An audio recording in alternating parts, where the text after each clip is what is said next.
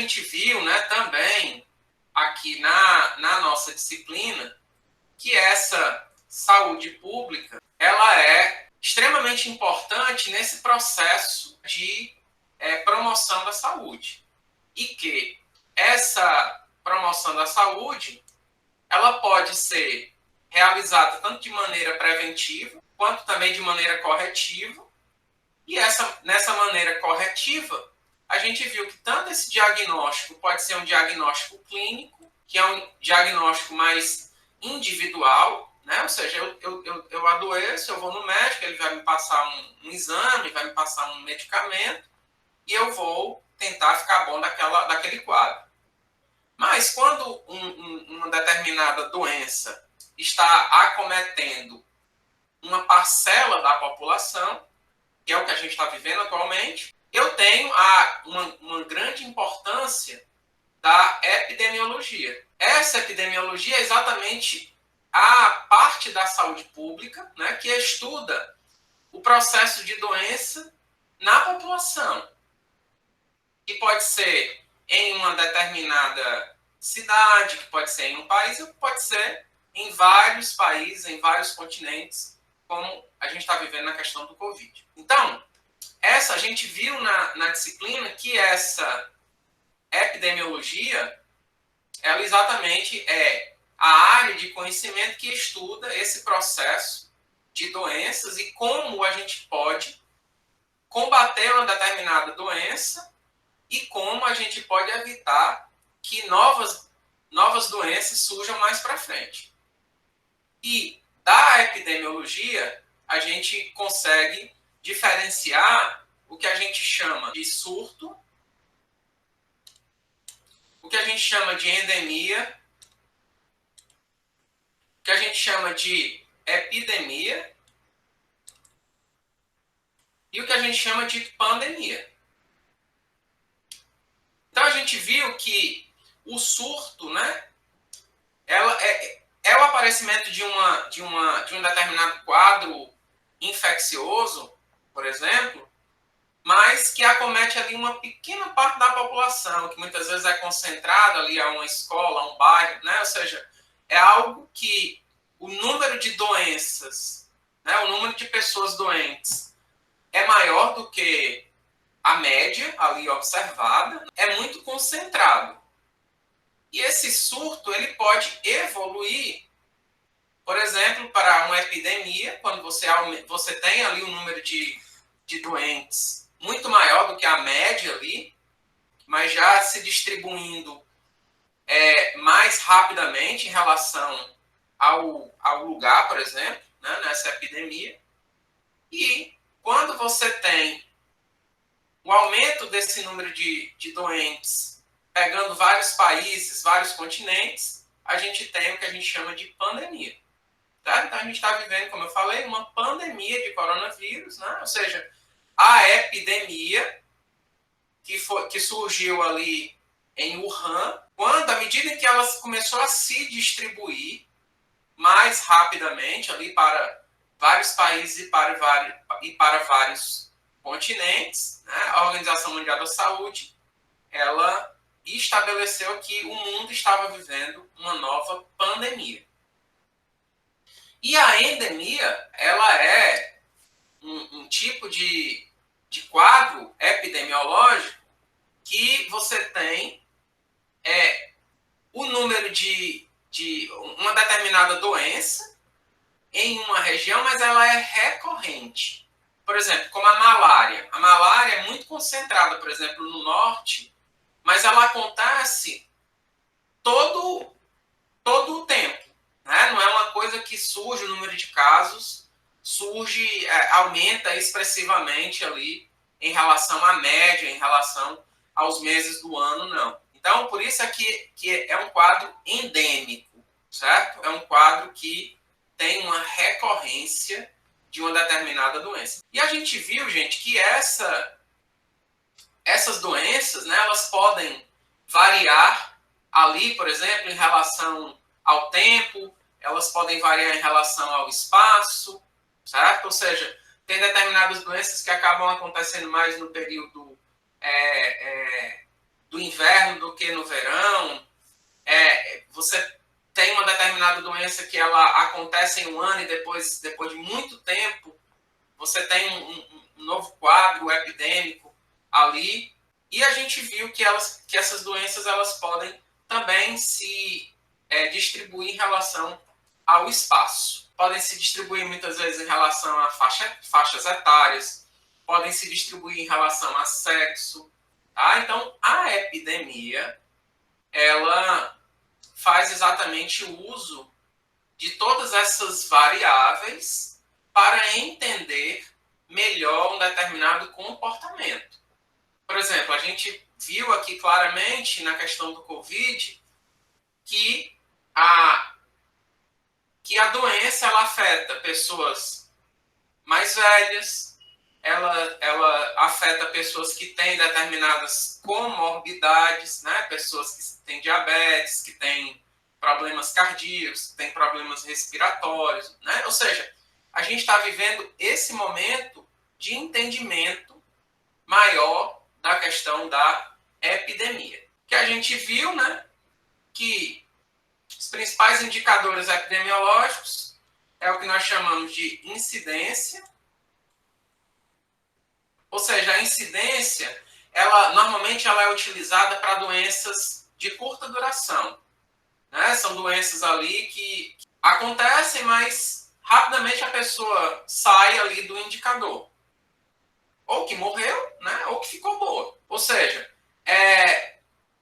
por exemplo, o Covid, ele está aqui dentro desse quadro de incidência. Porque ali, alguns dias, você tem a classificação como uma doença de curta duração. Né? Por exemplo, uma doença de longa duração é um câncer, por exemplo, é uma lepra, que você tem um problema cardíaco, enfim, né? São doenças que nós chamamos de doenças crônicas, que são doenças que acometem a população por um longo tempo ali de tratamento ou, muitas vezes, doenças permanentes, certo? Então, a incidência que é utilizada para esses casos de doenças de caráter agudo, de curta duração, portanto, a gente viu que ela é o quociente entre o número de casos novos dividido pela população ali de risco, ou seja, no tocante ao Covid, são casos novos divididos pela população total, porque todo mundo está exposto a ele, na verdade. Então, quando eu calculo a minha incidência, eu tenho que contabilizar quem de fato está exposto a um determinado número de casos novos contabilizados aqui. E esse valor de incidência eu vou estar ali comparando muitas vezes entre os vários estados, entre os vários países, entre os sexos, muitas vezes, que eu faço essa diferenciação aqui, entre faixas etárias, né? Tudo isso vai me fazer entender o comportamento de uma determinada doença ao longo do espaço e ao longo do tempo. Por exemplo, quando eu comparo a incidência entre os meses de julho com os meses de junho e de maio, enfim. Aí, com isso, eu vou observar, né, como é que está o crescimento, estabilização ou decrescimento de um determinado processo ali infeccioso, enfim, qualquer tipo de coisa que a gente esteja avaliando. No caso, aí normalmente a gente multiplica isso aqui por 10 elevado a n, para exatamente eu expressar por cada 1.000 pessoas, por cada 10.000, por cada 100.000, tantos casos por cada 100.000 pessoas, por cada 10.000 pessoas. E aí, com isso, eu consigo comparar ali comigo mesmo ou em relação a outros estados, em relação a outros países. E nós temos também como indicador o que nós chamamos de prevalência. Essa prevalência, ela é não relacionada a casos novos, mas quem tem uma determinada doença. Número de casos novos e antigos. Quem tem uma determinada doença em relação a um determinado corte ali que eu vou fazer. Por exemplo, se eu for fazer agora no mês de julho de 2020, eu vou querer saber, vamos supor, quem tem câncer de mama. Então, eu vou pegar todas as pessoas que tiveram ali, que tem câncer de mama, não importa se foi diagnosticado naquele mês, naquele dia, quem tem. Pela população exposta, ou seja, homem não tem problema de câncer de mama.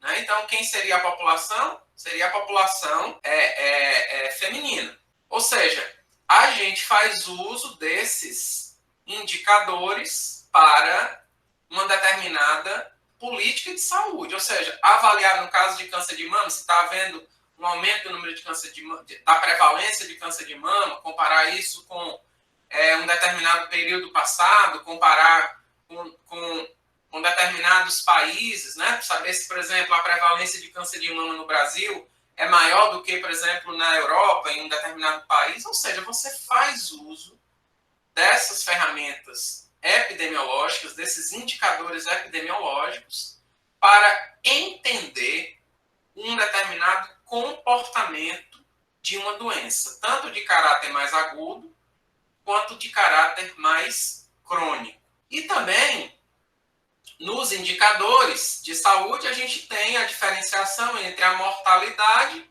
que é, obviamente, quem morreu com uma determinada doença. Por exemplo, a mortalidade infantil por doenças diarreicas é quem, em uma determinada faixa etária, muitas vezes, até 1 ano ou até 4 anos, quem morreu em relação, por exemplo, ao número de crianças daquele local, por exemplo. Então, isso aí é que nós chamamos de mortalidade.